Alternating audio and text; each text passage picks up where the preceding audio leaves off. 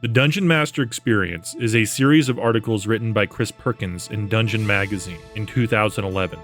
The following readings are his words, and though produced before the current edition, still contains great insights, advice, and tips for Dungeon Masters for any edition, and for that matter, any TTRPG.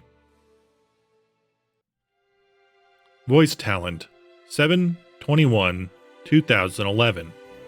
Monday night.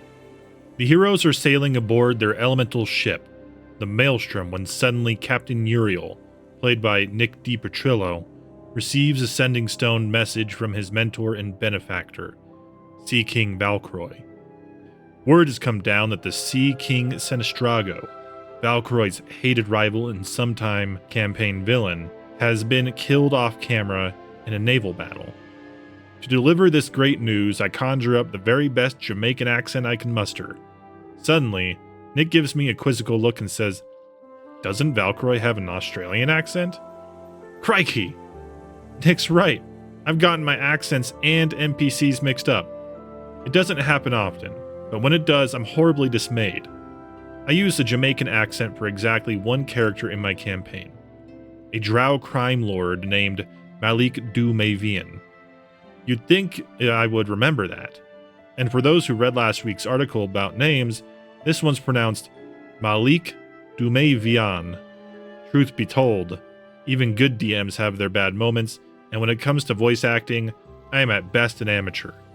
Before I dive headlong into this short discussion about using voices to bring NPCs to life, let me tell you about my recent encounter with a god among voice talent artists. Last month, to cap off a very pleasurable experience at Comicpalooza in Houston, I shared a limo ride to the airport with the voice actor and professional announcer Tom Kane. We joked about flying cars and why humans should never be allowed to have them. I'm sure it sounded grand back in the 1950s when futurists first postulated the notion, but imagine someone's half-eaten Big Mac, leaky antifreeze, or rusted-out muffler dropping on your head from a height of 100 feet. That's not progress, people.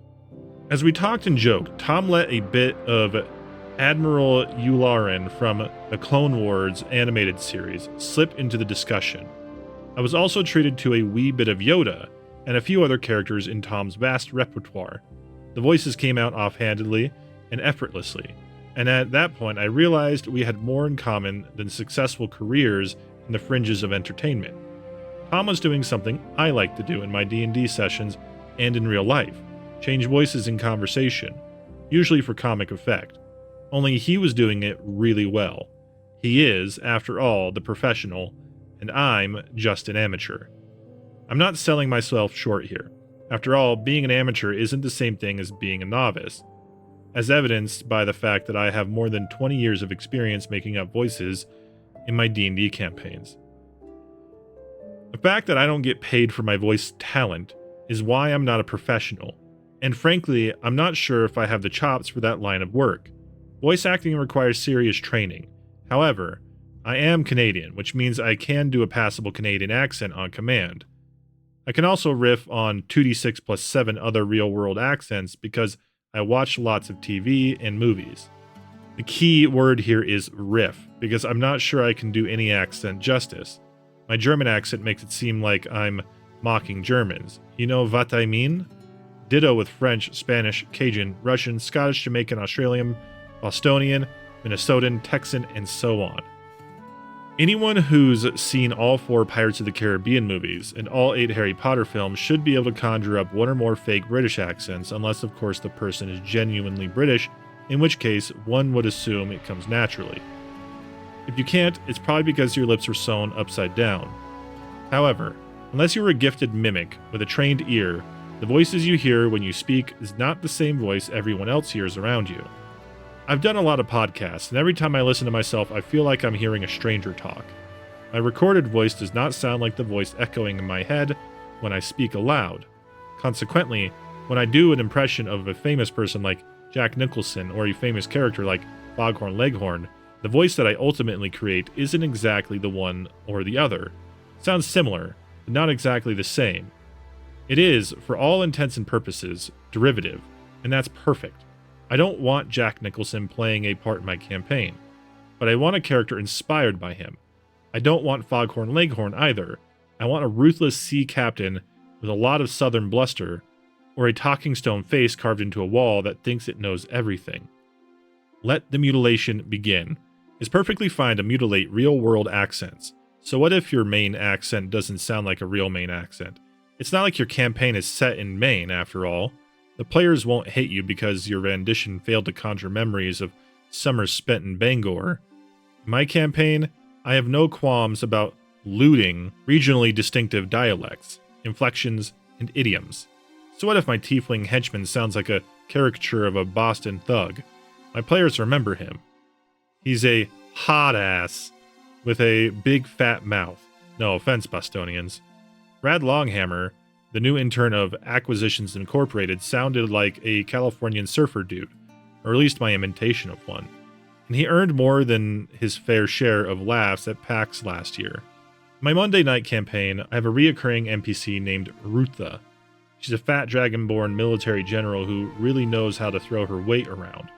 When I speak in her voice, I automatically stick out my pouty lower lip, talk as deeply as I can, and enunciate every syllable slowly, as though she was the long-lost dragonborn sister of Alfred Hitchcock. Then I make each word its own sentence. Not surprisingly, General Rutha is one of the most memorable villains in the I, Madra campaign. It's also easy for me to remember what her voice sounds like because my entire posture changes whenever I get into character. I slouch in my chair and talk down my nose, imbuing her with a certain air of contempt. Did I mention that DMing is 1 part acting, 1 part directing, and 2 parts improvisation? I have another Dragonborn NPC who bears the scar of having had his throat cut and speaks with a harsh whisper. Simple, yet effective. I typically reserve new voices as opposed to higher-pitched, lower-pitched, faster-paced, and slower-paced versions of my natural voice for important characters. My campaign has thousands of NPCs, and it would be physically exhausting and mentally taxing to give each one a distinctive voice. My players can usually guess the relative importance of an NPC by the extent to which I describe the character and tinker with the voice. If my description of the NPC is threadbare and the character speaks in my own voice, more or less, the players know they're probably dealing with a one-off NPC of little consequence. If the NPC instead sounds like Rosa Klebb from Russia with Love or Buffalo Bill from The Silence of the Lambs, their expectations are immediately inflated. I rarely forget which voice to use, but it happens as evidenced by my recent misstep with Sea King Valkroy. To my credit, Sea King Valkroy was envisioned as a particularly important NPC in the Monday night campaign, but because of the direction of the campaign went, he's been more of a background figure who pops up infrequently. I still feel like a balloon head, however. Lessons learned. One of the most effective ways to make an NPC memorable, after giving him or her a distinctive physical trait, quirk, or habit, is to give him or her a voice inspired by a real-world or fictional character. Any person or character with a cool voice or trademark affectation is fair game. Antonio Banderas, Anthony Hopkins, Katharine Hepburn, Norman the Loons, Alan Rickman, James Cagney, Anne Throw Mama from the Train Ramsey, Peter Lorre, Vincent Price, Christopher Walken, Cheech Marin, Zsa Gabor, Arnold Schwarzenegger. If you're looking for something more exaggerated, try riffing on a character like Zapp Brannigan, Yosemite Sam, Jessica Rabbit, Gaston from Beauty and the Beast, Ren, Stimpy, you idiot! Or Vizzini and Fezzik, played by Wallace Shawn and Andre the Giant from The Princess Bride. I occasionally come up with voices in the moment, particularly when I'm forced to breathe life into an NPC on the fly, although I admit those aren't always the most successful. Sometimes the accent is too difficult or too hard to sustain. I once tried to make a villain sound like Dr. Claw from the Inspector Gadget cartoons, but my throat simply wasn't up to it. Sometimes the voice just sounds horrid, and so I end up jettisoning it or wearing down the edges so that it becomes a bit more palatable. I like to rehearse voices ahead of time. My 3-legged dog, Reggie, tolerates it during long walks through the backwoods, where no one else can hear me. A typical rehearsal is basically 5 minutes of me trying to imitate some TV or movie villain, such as Ralph Fiennes, Voldemort, or Bill Nye's Davy Jones, and maybe twisting it in some way to make it sound female, for example. Here are some things worth remembering as you fearlessly experiment with voices of your own. Think of an actor whose voice you like.